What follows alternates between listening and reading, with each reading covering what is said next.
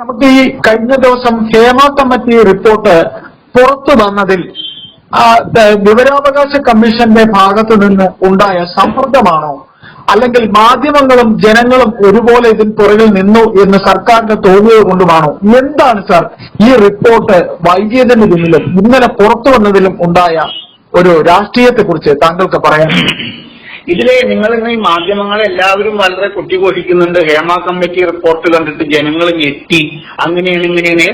എന്താ ഞെട്ടാനുള്ളത്? മലയാള സിനിമാ ലോകത്ത് നടക്കുന്നത് ഇത്തരത്തിലുള്ള സ്ത്രീ ചൂഷണമാണ് എന്നുള്ള കാര്യത്തിൽ എന്താണ് ഇത്ര സംശയമുള്ളത്? അപ്പൊ ഈ ഞെട്ടി എന്ന വാക്കിനൊക്കെ എന്താണ് പ്രത്യേകതയുള്ളത്?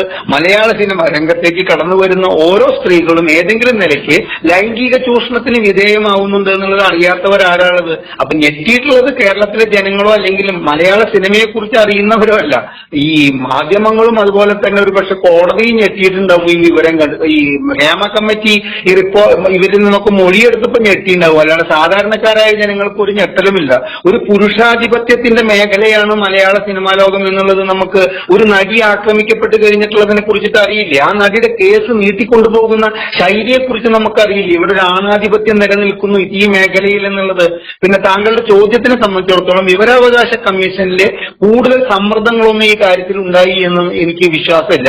പക്ഷെ ഈ നമ്മുടെ സംസ്ഥാന വിവരാവകാശ കമ്മീഷൻ ഈ വിവരം പുറത്തുവിടരുത് എന്ന് പറഞ്ഞാൽ ഇത് കേന്ദ്ര വിവരാവകാശ കമ്മീഷനിലേക്ക് ഇതിന്റെ അപ്പീൽ പോയി കഴിഞ്ഞാൽ ഉണ്ടാകുന്ന ഭവിഷ്യത്തിനെ ഓർത്തുകൊണ്ടായിരിക്കാം ഒരു പക്ഷെ ഈ വിവരാവകാശ കമ്മീഷൻ അല്ലെങ്കിൽ സംസ്ഥാന വിവരാവകാശ കമ്മീഷനിൽ നിന്ന് ഹൈക്കോടതിയിലേക്ക് ഇത് തരുന്നില്ലെന്ന് പറഞ്ഞു പോയാൽ ഉണ്ടാകുന്ന ഭവിഷ്യത്ത് ആലോചിച്ചിട്ടായിരിക്കാം ഒരുപക്ഷെ ഈ വിവരം പുറത്തുവിട്ടിരിക്കുന്നത് എന്നാണ് എനിക്ക് തോന്നുന്നത്.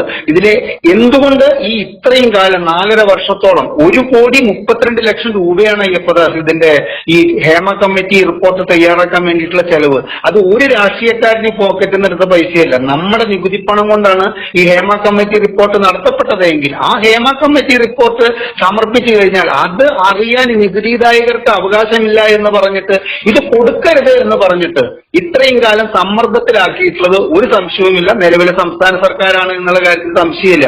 കാരണം എന്താ വെച്ച് കഴിഞ്ഞാൽ അത് പുറത്തു വന്നാലുണ്ടാകുന്ന ഭവിഷ്യത്തിനെ കുറിച്ചിട്ട് അവർക്ക് നന്നായിട്ട് അറിയാം. അതുകൊണ്ട് അവരാണിത് പൂഴ്ത്തി വെക്കാൻ വേണ്ടിയിട്ട് പരമാവധി ശ്രമിച്ചിട്ടുള്ളത് സംസ്ഥാന സർക്കാർ.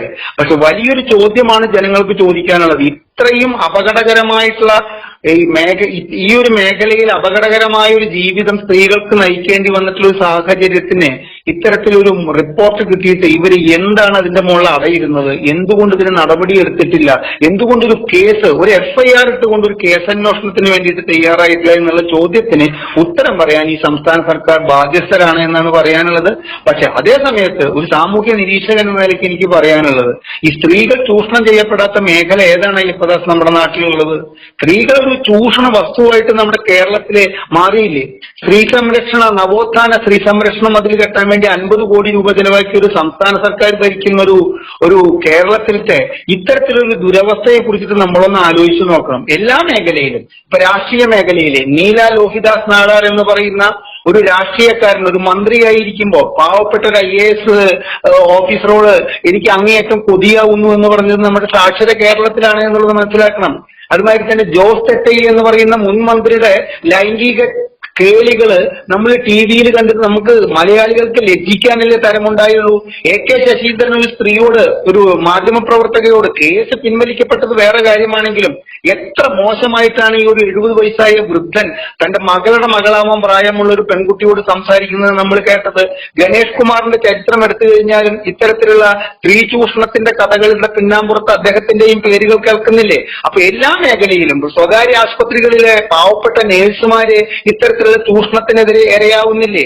എന്തിന് സർക്കാർ ആശുപത്രികളിലെ നേഴ്സുമാരെ ചൂഷണത്തിനിരയാവുന്നില്ലേ? സ്ത്രീകൾ എല്ലാ മേഖലയിലും അവരുടേതായിട്ടുള്ള ലൈംഗിക ചൂഷണത്തിന്, ആണുങ്ങളുടെ ആധിപത്യത്തിലുള്ള ലൈംഗിക ചൂഷണത്തിന് ഇരയാവുന്ന സാഹചര്യം നിലനിർത്തിക്കൊണ്ട് അതിനെ ഇത്തരത്തിൽ സിനിമാ മേഖലയിലെങ്കിലും ഒരു തടയിടാൻ വേണ്ടിയിട്ട് സംസ്ഥാന സർക്കാർ ഈ റിപ്പോർട്ട് കിട്ടിയിട്ട് 1 കൊല്ലത്തിനുള്ളിലെങ്കിലും എന്തെങ്കിലും ഒരു നടപടി എടുക്കേണ്ടത് അത്യാവശ്യമായിരുന്നു.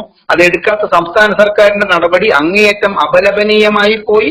അതുകൊണ്ട് ഇനിയും വൈകാതെ ഇതിലൊരു അന്വേഷണം നടത്താൻ തയ്യാറാവണം. ഞങ്ങൾ ഒരു കാരണവശാലും അന്വേഷിക്കില്ല എന്നുള്ള നമ്മൾ പറയില്ല കടുംപിടുത്തം ഒഴിവാക്കിക്കൊണ്ട് സംസ്ഥാന സർക്കാർ തയ്യാറാവണമെന്നാണ് ഞങ്ങളെപ്പോലുള്ള സാമൂഹ്യ നിരീക്ഷകർക്ക് പറയാനുള്ളത്. ഇത് പക്ഷേ എന്താണെന്ന് വെച്ച് കഴിഞ്ഞാൽ ഇത്തരത്തിലെ ഇതിനെതിരെ നടപടിയെടുക്കേണ്ട അമ്മ എന്ന് പറയുന്ന സംഘടന ഈ കാര്യത്തിൽ കാണിക്കുന്ന മൗനവും അതുപോലെ തന്നെ ഈ കാര്യത്തിലുള്ള നിസ്സംഗതയും എന്തുകൊണ്ടാണ് എന്നുകൂടി നമുക്ക് മനസ്സിലാക്കാൻ അർഹതയുണ്ട്. കാരണം ഇത്തരം സംരക്ഷണം സ്ത്രീകൾക്ക് നൽകേണ്ട വലിയൊരു ചുമതലയുള്ള ഒരു സംഘടനയാണ് അമ്മ. ആ അമ്മ ഈ കാര്യത്തിൽ കാണിക്കുന്ന ഇത്തരത്തിലുള്ള നമ്മൾ പറയില്ലേ നിരുത്തരവാദപരമായ ഒരു സമീപനത്തെ കൂടി അപലപിച്ചുകൊണ്ട് ഇതാണ് എനിക്ക് പറയാനുള്ളത്. അയ്യപ്പദാസ് സാർ, എന്തായാലും വിഷയത്തിൽ പ്രതികരിച്ചതിന് നന്ദി. തുടർന്നും താങ്കളെ മറ്റു വിഷയങ്ങളുമായി സമീപിക്കുന്നതാണ്. തീർച്ചയായിട്ടും സന്തോഷം. Thank you sir.